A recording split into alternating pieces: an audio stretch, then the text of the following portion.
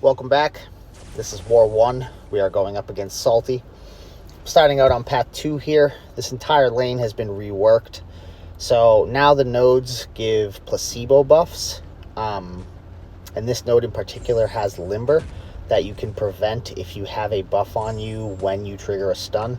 Obviously, I can't do that with Spidey because I can't get buffs. So I'm going to have about 4 parries, I believe it was, before my 5th parry is too short of a stun window to punish.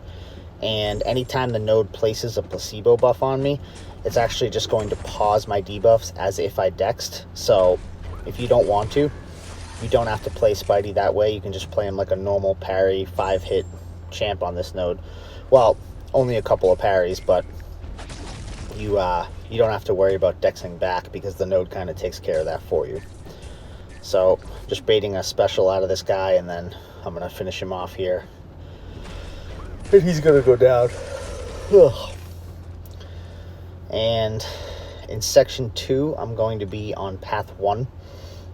I'm going to be taking these 2 fights with Warlock. So I put suicides on, and my strategy for this Ihulk is work to my special 2 and use my power back boost to get back to a special 2. Now, I have Resonate on because I use it with Spidey, and so when I put Suicides on, I decided to keep it for these fights as well, because with an Infection up, having that weakness debuff from Resonate is just going to power drain him. That and knocking him down from the Conduit debuffs, as well as armor breaks from Special 2, and on top of that, the node itself, when you dash back twice, gives him a regen. So with Infection, it will just power drain him, and that's going to allow me to get more hits in without having to worry about as many specials. So here I'm just working back up to my Special 2. I'm going to launch this, and it's going to put him into Immortality. I was fully prepared for Immortality to trigger twice, because Ihulk likes to do that against Warlock for some reason, but it doesn't end up happening here, and I was perfectly fine with it. Made the fight quicker. Next up, I have Kitty on Buffet, and my strategy for that is I want to push her to Special 1, and I want to bait it out of her when she has less than 10 prowess.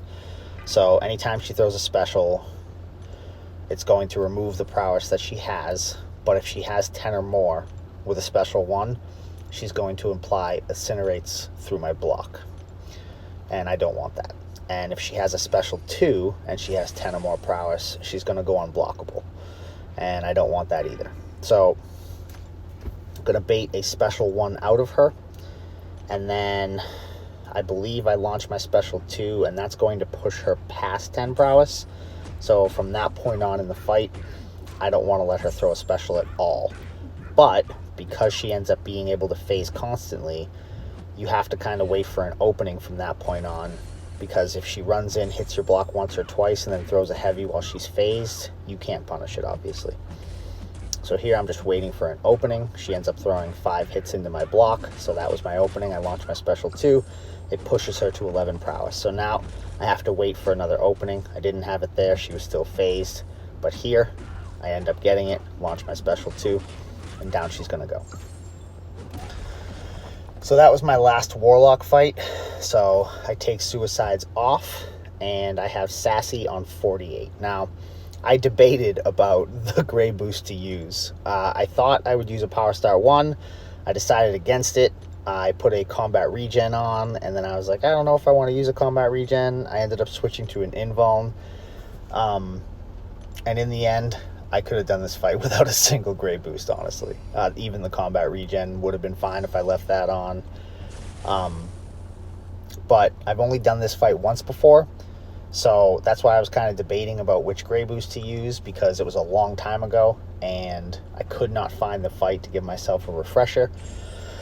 I knew like how to play it, but I just wanted to watch it back, and I couldn't find the video. So right off the bat, I land a heavy. That's going to put an exhaustion on him. That's going to prevent any of Sassy's abilities, no wrath, no nothing.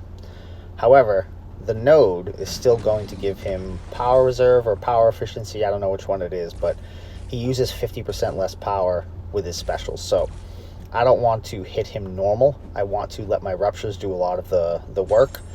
And on top of that, I also want to build up to my special 2 as quickly as possible in this fight.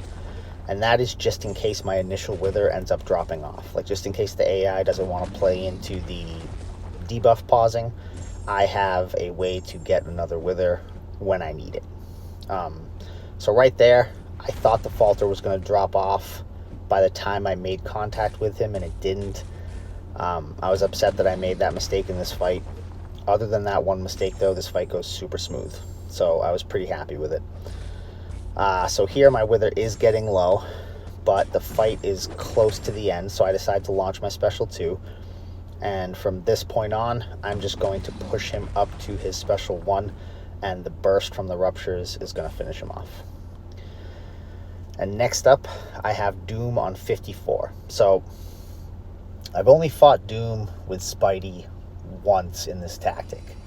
It was my last war at noon, and it was on Conflictor. So I don't have much experience fighting him with Spidey, with the conduit tactic and the heal block from Sick and Tired, all that fun stuff.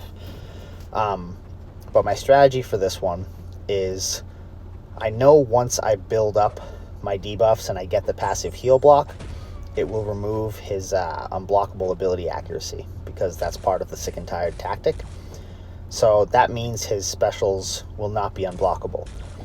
But each time he fills a bar of power, Aspect of Evolution will give him another 5% ability accuracy towards them being unblockable again.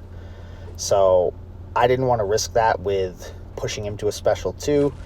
Even if it wasn't unblockable, I didn't want to take the block damage. So I'm just going to bait special 1s the whole fight, and I'm going to let my ruptures do a lot of the work. Now here I want to get this special out of him before I throw my special 2, because I wasn't sure if it would push him up to 2 bars of power, and I didn't want that. So I'm just trying to get him to back off here, throw a couple hits. I'm waiting out Aura. It drops. I launch my special 2, get a second wither. And from this point on in the fight, I'm going to be hitting him to give him power to get him up to a special 1, and letting my rupture burst do the damage. Here I'm just building my ruptures up so that when I actually get the burst, it's more.